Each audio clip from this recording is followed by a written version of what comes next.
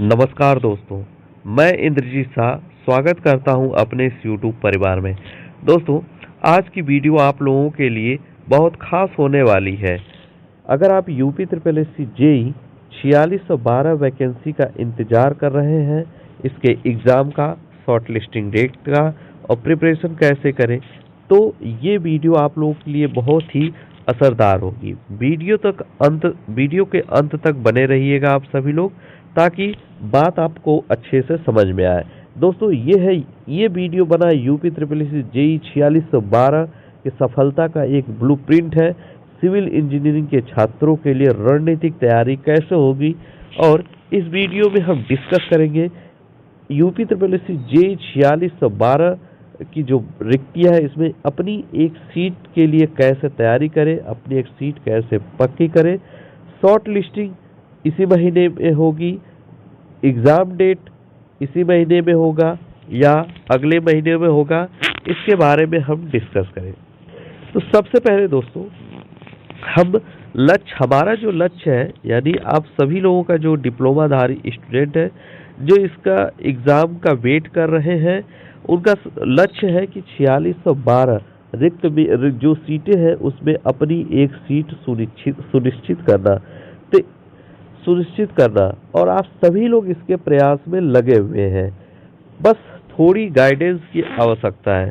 दोस्तों, एक बात ध्यान रखिएगा कि 4612 जो रिक्तियाँ निकली हैं, ये केवल एक परीक्षा नहीं बल्कि सरकारी इंजीनियर बनने का एक सुनहरा मौका है। तो आप लोग अपने गाइडेंस के साथ चलिए और अपनी प्रिपरेशन कंटिन्यू कीजिए। और अभी तक हमारे टेलीग्राम चैनल को ज्वाइन नहीं किए हैं तो टेलीग्राम चैनल को ज्वाइन कर लें। वीडियो को शेयर, सब्सक्राइब और लाइक जरूर करें। दोस्तों, अब हम आगे बढ़ते हैं अपने वीडियो में।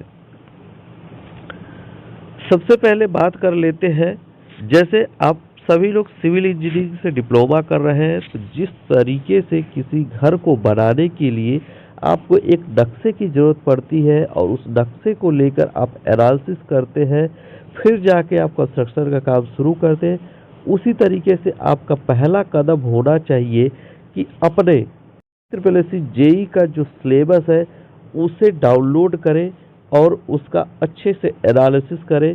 कौन सा क्वेश्चन किस सब्जेक्ट से कितना पूछा जा रहा है, कौन से सब्जेक्ट इम्पोर्टेंट है, कौन से सब्जेक्ट इम्पोर्टेंट नहीं है, किस पे हमें ज़्यादा मेहनत करने की ज़रूरत है, किस सब्जेक्ट पे कम मेहनत करने की ज़रूरत है। हालांकि हम इस वीडियो में बात करेंगे कि कौन से सब्जेक्ट इम्पोर्टेंट है, कौन से नहीं। वीडियो को अंत तक देखिएगा।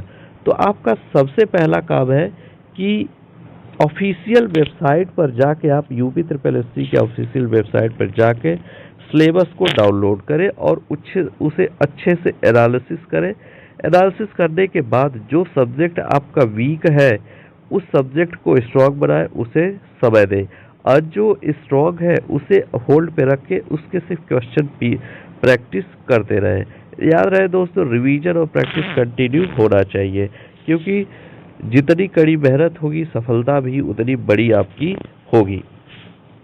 दोस्तों, दूसरा चरण होने वाला है कि आपका जो सबसे मेजर सब्जेक्ट है वो है technical portion. Technical portion 65 number का आपका पूछेगा, तो यानी कि 65 मार्क्स के क्वेश्चन पूछ रहा है टेक्निकल से, तो आपका टेक्निकल सब्जेक्ट पे पकड़ बहुत अच्छी होनी चाहिए। अगर आपकी अच्छी पकड़ है तो आप इसमें अपनी एक सीट जरूर पक्की करेंगे। इसलिए टेक्निकल सब्जेक्ट पर ध्यान देने की आवश्यकता है। और टेक्निकल सब्जेक्ट में भी कुछ ऐसे सब्जेक्ट हैं जिसे आप इग्नोर कर सकते हैं, बट कुछ ऐसे सब्जेक्ट हैं जिन्हें आप एकदम सीरियस लेके पढ़ाई करें। इसमें भी अगर हम बात करें कि किन सब्जेक्टों के कौन से सबसे ज़्यादा इम्पोर्टेंट है, हालांकि यहाँ पे कुछ हमने ये 7 सब्जेक्ट का नाम लिखा है। इसमें RCC, steel structure, soil mechanics, environment engineering, irrigation, surveying, building material, तो ये सब्जेक्ट इम्पोर्टेंट है। बट सबसे ज़्यादा इम्पोर्टेंट आपका बिल्डिंग मटेरियल का है, सबसे ज़्यादा, क्योंकि आपने अगर सिलेबस देखा होगा तो उसमें सबसे मैक्सिमम क्वेश्चन बिल्डिंग मटेरियल से पूछ रहा है। बिल्डिंग मटेरियल के बाद आरसीसी है आपका दूसरे नंबर पे, फिर तीसरे नंबर पर सर्वे है, सर्वे के बाद सॉयल है, सॉयल के बाद इन्वायरमेंट इंजीनियरिंग है, फिर एरीगेशन है, फिर स्टील स्ट्रक्चर है और स्टील स्ट्रक्चर आप है। ये इम्पोर्टेंट, ये 7 मोस्ट इम्पोर्टेंट सब्जेक्ट है। इसके अलावा आपके जो है काफ़ी अभी सब्जेक्ट बचते हैं, जैसे सोम हो गया, स्ट्रक्चर हो गया, काफ़ी सब्जेक्ट बचते हैं, तो उन्हें भी आप देख लेंगे। ऐसा नहीं कि सिर्फ इन्हीं 7 सब्जेक्ट को देखेंगे, इसके अलावा बाकी जो सब्जेक्ट है उन्हें भी देखेंगे और क्वेश्चन का प्रैक्टिस करते रहेंगे। अब बात करते हैं दोस्तों आगे कि शॉर्ट लिस्टिंग की बात कर लेते हैं। अगर हम बात करें शॉर्ट लिस्टिंग की, देखिए शॉर्ट लिस्टिंग और एग्ज़ाम डेट भी ज़रूरी है। हम अब बात कर लेते हैं शॉर्ट लिस्टिंग की। एक बात आप लोग ध्यान दीजिएगा कि हमारे पास अभी कोई ऑफिशियल डेटा तो आया नहीं है कि इस महीने शॉर्ट लिस्टिंग होगी और इस महीने एग्ज़ाम होगी। हम जो आपको इन्फॉर्मेशन दे रहे हैं शॉर्ट लिस्टिंग और एग्ज़ाम डेट को लेके, ये एक प्रोबेबिलिटी है, एनालिसिस करके कुछ समय सीमा निर्धारित किया गया है मेरे और मेरे टीम के द्वारा। इसलिए आप इसे सीरियस लेके इसी समय को डेडलाइन मान के आप पढ़िएगा। शॉर्ट लिस्टिंग की बात करें अगर मित्रों, तो शॉर्ट लिस्टिंग जो है अप्रैल के फर्स्ट वीक में होने के चांसेस है। हाँ दोस्तों, शॉर्ट लिस्टिंग अप्रैल के फर्स्ट वीक में होने के चांसेस है। अगर यही पे बात करें एग्ज़ाम डेट की, तो अगर 1 अप्रैल तक शॉर्ट लिस्टिंग हो जाता है तो एग्ज़ाम आपका मई से जून में हो जाएगा।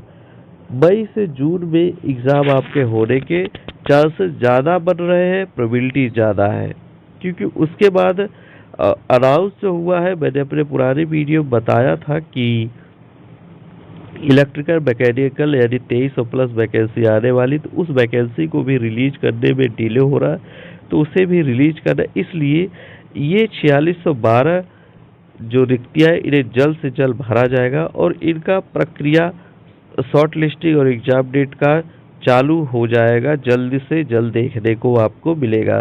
दोस्तों, हमारे चैनल पे आप सभी लोग अगर जुड़े रहते हैं तो इस तरीके के ऑथेंटिक न्यूज आपको मिलती रहेगी। और दोस्तों, बात करें अगर आप लोगों को प्रिपरेशन करने में और ज़्यादा दिक्कत आ रही है तो आप हमें कमेंट करके बता दीजिए कि प्रिपरेशन करने में दिक्कत आ रही है, तो मैं एक लॉन्ग वीडियो बना दूंगा आप लोगों के लिए कि कैसे यूपी SSSC जेई की प्रिपरेशन अच्छे से करें कि हमारी एक सीट फिक्स हो जाए, हमारी एक सीट कहीं न जाए, हमें ही मिले। तो अगर ऐसी बात होगी तो आप सभी लोग हमें कमेंट करके बता दीजिएगा, मैं आप सभी लोगों को गाइड कर दूंगा।